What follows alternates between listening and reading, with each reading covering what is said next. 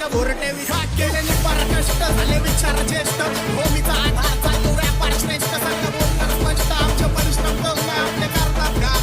तरी पण दम नाही मला फाडणार बंद एवढा पुन्हा दम नाही तर सगळे मला समजतात हो दादा करतात रुको जरा,